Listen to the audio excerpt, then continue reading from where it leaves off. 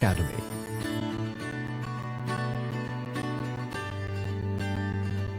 Vidya Gyan Leadership Academy handpicks meritorious children from rural and backward communities to nurture them into future leaders.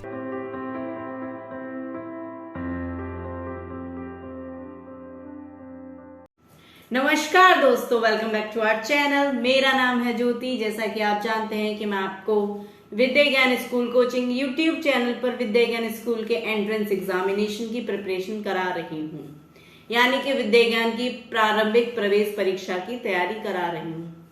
तो दोस्तों, आज मैं आपके लिए लेके आई हूँ जीके की क्लास। तो शुरू करते हैं बिना किसी देरी के। Let's move to our. तो जीके शुरू करते हैं हमारी जीके की क्लास से। तो हमारा पहला प्रश्न क्या है, चलते हैं अपने पहले प्रश्न की तरफ। पेनिसिलिन की खोज किसने की थी? पेनिसिलिन की खोज किसने की थी? तो पेनिसिलिन जो दवा है उसकी खोज की थी अलेक्जेंडर फ्लेमिंग ने। किसने की थी? Alexander Fleming.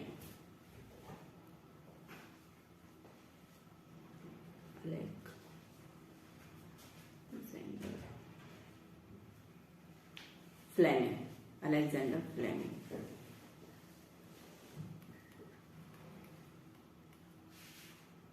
आगे चलते हैं नेक्स्ट प्रश्न पर। पेसमेकर का संबंध शरीर के किस अंग से है?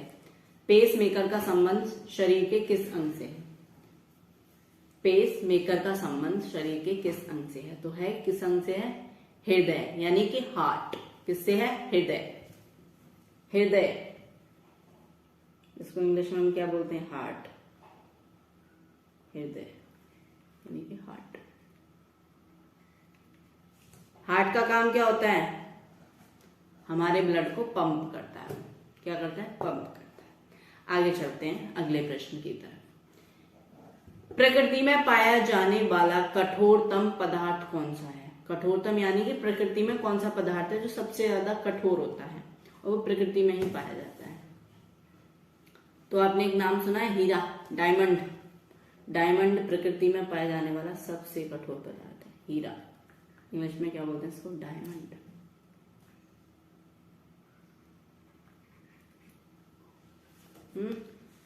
सब चाहते हैं ना कि उनके पास डायमंड की ज्वेलरी हो, इसलिए महंगी आती है क्योंकि प्रकृति में रेयरली मिलता है, लेकिन अब तो आर्टिफिशियल बन जाता है। आगे चलते हैं।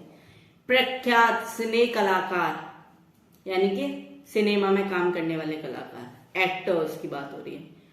प्रख्यात सिने कलाकार पृथ्वीराज कपूर और राज कपूर में किसका संबंध है? यानी कि एक दूसरे से क्या संबंध है उनका?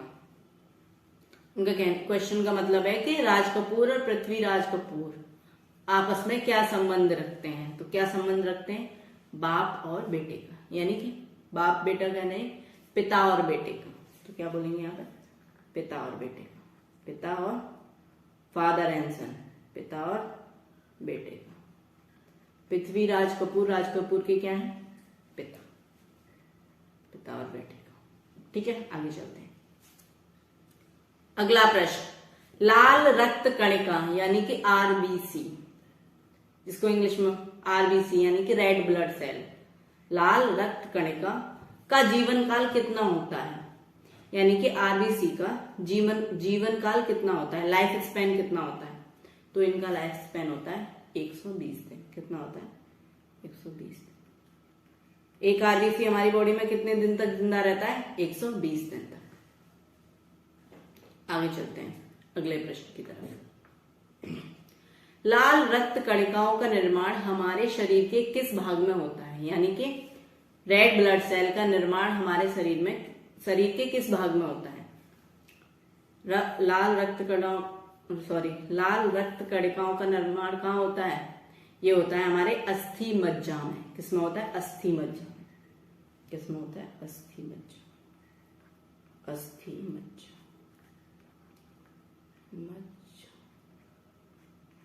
जिसको हम क्या बोलते हैं? Bone marrow. क्या बोलते हैं इंग्लिश में? Bone marrow. Bone marrow, we call it bone marrow. तो हमारे लाल रक्त कणिकाओं का निर्माण कहां पर होता है? हमारे शरीर की अस्थि मज्जा यानी कि बोन मैरो। ठीक है, आगे चलते हैं। मुझे लगता है ये प्रश्न तो सबको पता होगा। अमरकंटक किस नदी का उद्गम स्थल है? अमरकंटक किस नदी का उद्गम स्थल है? उद्गम यानी जहां से वो निकलती है। तो कौन सी नदी है जो अमरकंटक से निकलती है? चलो मैं हिंट दे देती हूं कि ये उन नदियों में से है जो पश्चिम की ओर बहती हैं, जिनको हम इंग्लिश में बोलते हैं वेस्ट फ्लोइंग रिवर्स।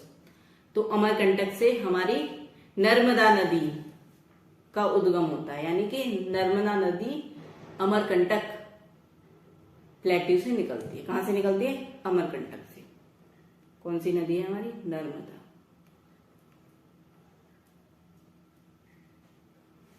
नर्मदा नदी। आगे चलते हैं। अमरावती बौद्ध स्तूप कहां पर है?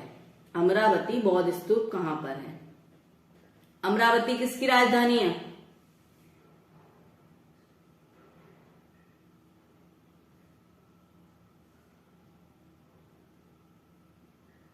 अमरावती किसकी राजधानी है?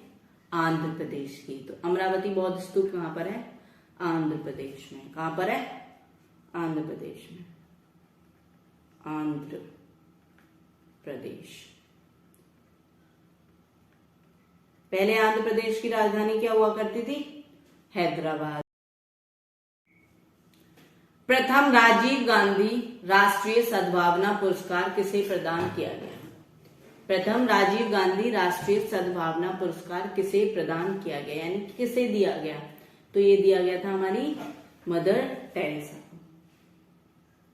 Mother Teresa.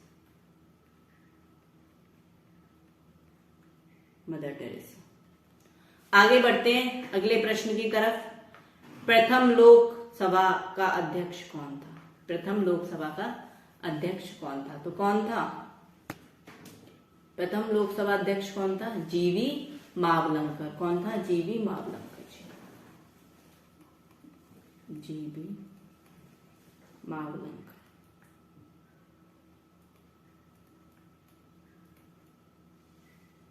आगे बढ़ते हैं।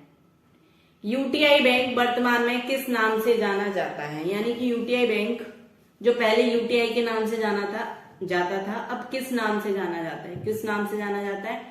तो अब जाना जाता है एक्सिस बैंक। किस नाम से? Axis bank. Axis bank. पहले किस नाम से जाना जाता? यूटीआई। Axis bank. आगे चलते हैं। यूनियन पब्लिक सर्विस कमीशन की प्रथम महिला अध्यक्ष का नाम क्या है? यूनियन पब्लिक सर्विस कमीशन की प्रथम महिला अध्यक्ष का नाम क्या है? यानी कि यूपीएससी कमीशन की सबसे पहली महिला अध्यक्ष का नाम क्या है? क्या नाम है? सबसे प्रथम महिला अध्यक्ष का नाम है रोज मैथ्यू। क्या नाम है? रोज मैथ्यू। रोज मैथ्यू। मैथ्यू। आगे बढ़ते हैं अपने अगले प्रश्न की तरफ। जनरल किस सेना का अधिकारी पद है? यानी कि जनरल जो पद है वो किस सेना के अधिकारी को दिया जाता है? तो जनरल जो पद है वो किस सेना के अधिकारी को दिया जाता है? वो दिया जाता है थल सेना। थल सेना यानी कि आर्मी। आर्मी ऑफिसर को। किसको? आर्मी ऑफिसर को। ठीक है, आगे चलते हैं। तो आगे बढ़ते हैं अगले प्रश्न की तरफ। नेवरेज ट्रॉफी किस खेल से संबंधित है? नेवरेज ट्रॉफी किस खेल से संबंधित है? तो किस खेल से संबंधित है नेवरेज ट्रॉफी? तो नेवरेज ट्रॉफी जो है हमारे क्रिकेट से संबंधित है। किससे? क्रिकेट।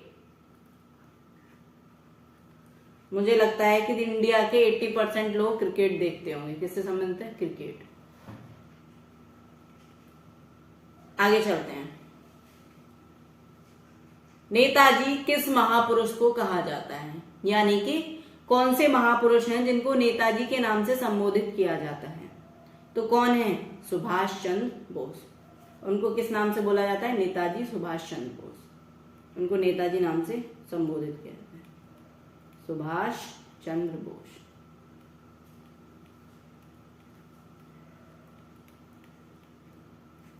आगे चलते हैं। आगे चलते हैं अगले प्रश्न की तरफ। तो बताइए राजस्थान के माउंट आबू स्थित दिलवाड़ा के मंदिर किस धर्म से संबंधित हैं?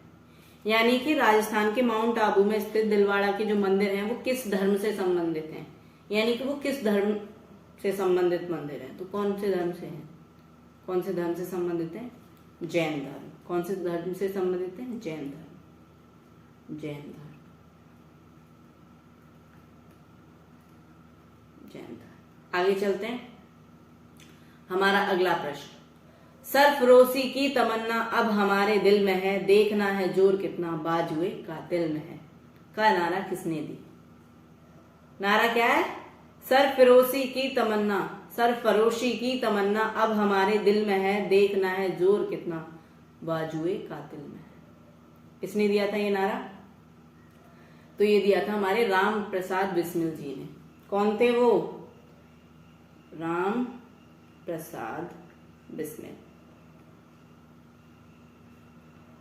बिस्मिल।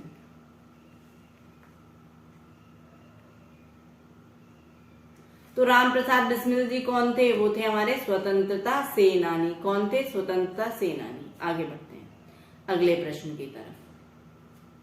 स्वतंत्रता मेरा स्वतंत्रता मेरा जन्म सिद्ध अधिकार है और मैं इसे लेकर रहूंगा। किसने कहा था? स्वतंत्रता मेरा जन्म सिद्ध अधिकार है और मैं इसे लेकर रहूंगा। किसने कहा था? किसने कहा था? लोकमान्य तिलक जी ने ऐसा कहा था कि स्वतंत्रता मेरा जन्म सिद्ध अधिकार है। किसने कहा था? लोकमान्य तिलक। लोकमान्य तिलक। आगे बढ़ते हैं अगले प्रश्न की तरफ। 2011 में जिस बैंक को 100 साल पूरे होने के उपलक्ष्य में डाक विभाग ने एक स्मारक डाक टिकट जारी किया था, वह कौन सी बैंक है? तो कौन सी बैंक है वो? कौन सी बैंक है? Central bank of India. कौन सी बैंक है? Central bank of India. Central bank of India. Of India. आगे बढ़ते हैं अपने अगले प्रश्न की तरफ। पंडित हरि प्रसाद चौरसिया कौन सा वाद्य यंत्र बजाते हैं?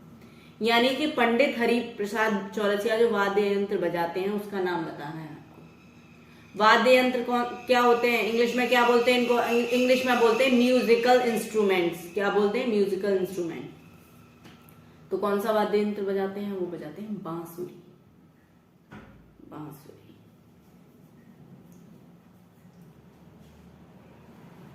बांसुरी। क्या बजाते हैं वो? बांसुरी। आगे चलते हैं अगला प्रश्न। पंकज अडवाणी कौन से खेल से संबंधित हैं? यानी कि पंकज अडवाणी कौन सा गेम खेलते हैं? तो वो खेलते हैं बिलियर्ड्स। कौन सा? बिलियर्ड्स। बिलियर्ड्स।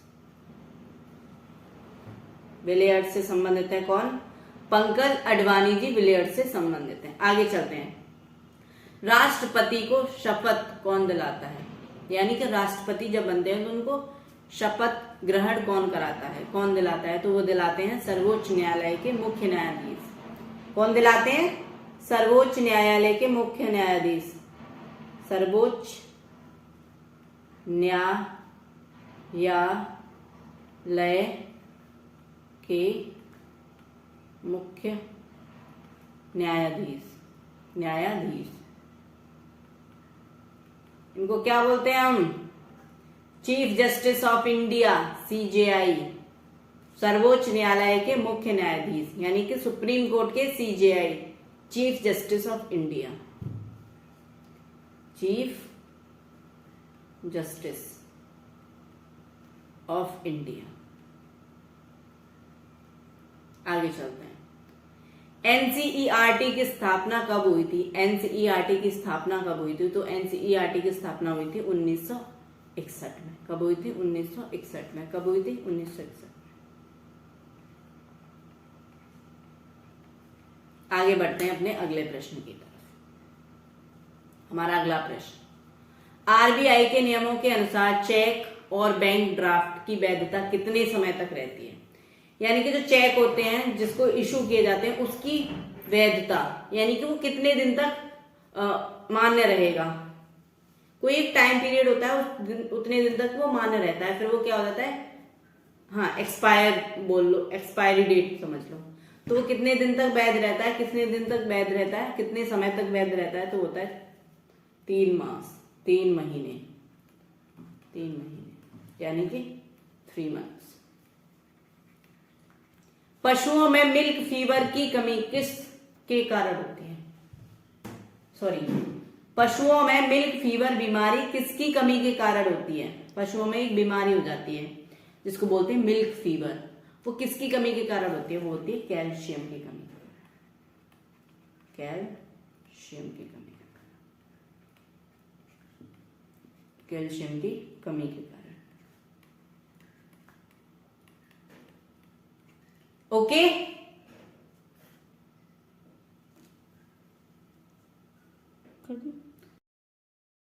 तो ये थी हमारी आज की क्लास। हमारी वीडियोस को लाइक कीजिए, शेयर कीजिए, हमारे चैनल को सब्सक्राइब कीजिए, बेल आइकन को प्रेस कर दीजिए जिससे कि मेरी वीडियोस आप तक पहुंच जाए।